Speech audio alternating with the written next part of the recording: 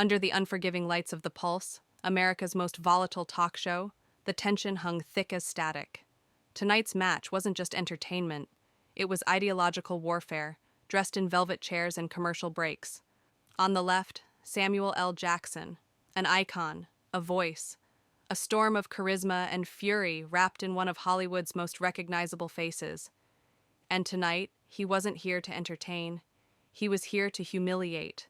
On the right, Caroline Leavitt, the youngest press secretary in American history, a poised, stone-faced 27-year-old with more political fire in her stare than most senators had in their entire careers.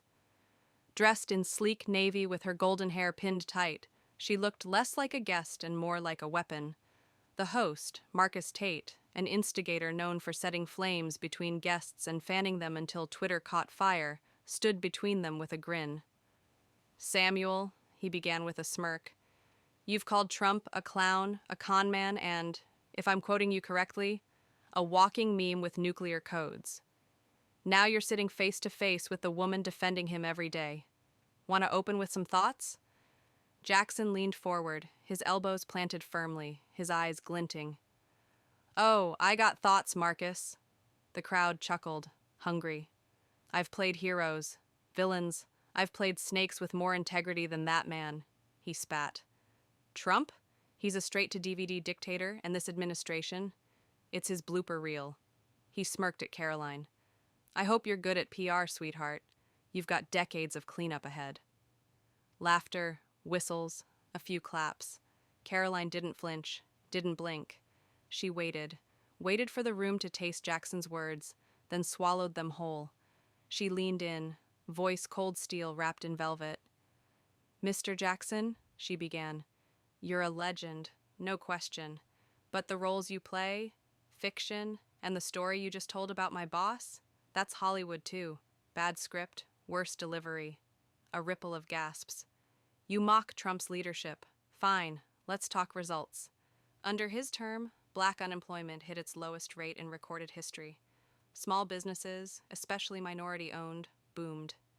Real wages rose. That's not fiction. That's not a monologue. That's America." The crowd shifted.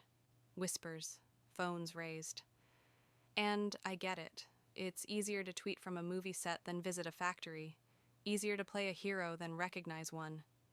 She didn't smile, didn't blink. She just waited for the next strike. And it came. The applause had barely faded when Marcus Tate leaned in again, his grin sharpened like a blade. He smelled blood. "Well now," he said, savoring the tension. "Caroline, that was a hell of a monologue. But Samuel's not exactly known for backing down. Samuel, round two?" Jackson straightened in his chair, tapping his fingers on his thigh. The easy smirk returned, but it had a crack in it now. "Oh, I got more," he said smoothly. "See, she loves throwing out stats like candy at a parade. But let's not forget what came with those historic numbers." He shifted forward, voice rising. "You ever talk to a single mom trying to buy eggs while prices doubled from Trump's tariffs? You ever seen families crushed by ICE raids while you sit in your press room reading briefing cards? Don't talk to me about reality. I've lived it." That struck a chord. The liberal half of the audience erupted, clapping hard. Caroline's jaw didn't move, but her hand twitched once. Just once, on the armrest. When the room settled, she struck back. "I have talked to those people," she said firmly. "Because I'm not sitting in a mansion in Beverly Hills between shoots. I grew up in a middle-class family. I've seen my father fix busted pipes for 16 hours and come home just to do side jobs at night. I've watched my mother skip meals so we could eat."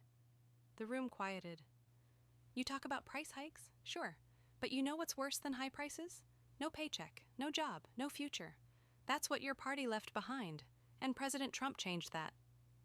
Applause this time was thunderous. Even a few in the liberal section gave reluctant nods. Jackson narrowed his eyes. The charm was cracking. And then he smiled again. Dangerous now, defensive. "You're good, kid. Real good," he said. "But your boss still couldn't spell hamburger without a cheat sheet." A few snickers, but even those sounded tired. Caroline raised an eyebrow. No anger, just ice. "And yet," she said slowly. You posed with him at Mar-a-Lago in 2015. Big smile. Full handshake. Looked like old buddies. Funny how that photo never made it into your Twitter feed. Boom! The audience gasped. Marcus Tate spun in his chair. Wait, seriously?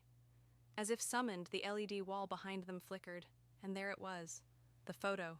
Samuel L. Jackson, tuxedoed and beaming, hand in hand with Donald J. Trump at a charity gala.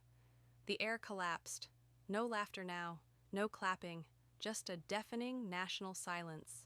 Jackson's mouth opened, then closed. Caroline pounced. See, Mr. Jackson, I may be young, I may be new, but I don't play dress up with people I claim to hate.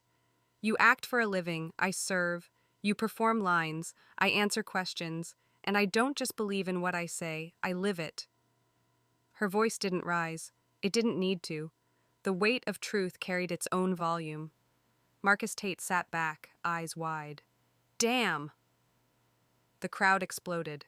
Social media ignited. The hashtag owned by Leavitt hit trending before the next segment began. Meme generators went into overdrive. Jackson's face photoshopped onto crumbled film posters. Titles like Snakes on a Defeat and The Humbled Eight plastered across timelines. Jackson sat silent. The actor who could always find the words, finally speechless. Caroline simply crossed her legs, folded her hands in her lap, and waited, composed, undented, undefeated. But the show wasn't over yet. Marcus leaned forward once more, the fire in his eyes dancing. All right, he said slowly. You both came loaded, but we've got one segment left, final word, and I want to know one thing from each of you. Is America better off when truth is loud or when fame is louder? The camera zoomed in, one more round, one more reckoning. The air in the Pulse studio hung still, like the hush before a storm resumes. Marcus Tate's voice carried the weight of finality. One question, one answer. Samuel, Caroline. Is America better off when truth is loud or when fame is louder? The camera turned to Jackson. He hesitated. A man who had dominated stages and screens for decades now sat frozen in his own close-up. His fingers twitched slightly against the armrest. He gave a hollow chuckle, like a fighter bluffing strength in the 12th round. Truth, he said finally, his voice low. Truth is a matter of who's holding the mic. He looked directly at Caroline. And tonight, you held it well. But don't confuse performance with principle. You're on a stage, just like me. A ripple of polite applause from his side. A few murmurs. Then the camera pivoted to Caroline. Her gaze didn't waver. Her tone didn't rise. When truth needs a mic, it's already losing, she said, voice level. But here's the difference between us, Mr. Jackson. I didn't come here to win applause. I came here because millions of Americans can't afford to be ignored anymore. She paused, and for the first time all night, her mask cracked, just slightly. My mother worked night shifts in a hospital to keep food on our table. She didn't need fame. She needed gas that didn't eat half her paycheck. She needed leaders who saw her, not ones who quoted Maya Angelou between takes and then voted for policies that broke families. A few quiet gasps.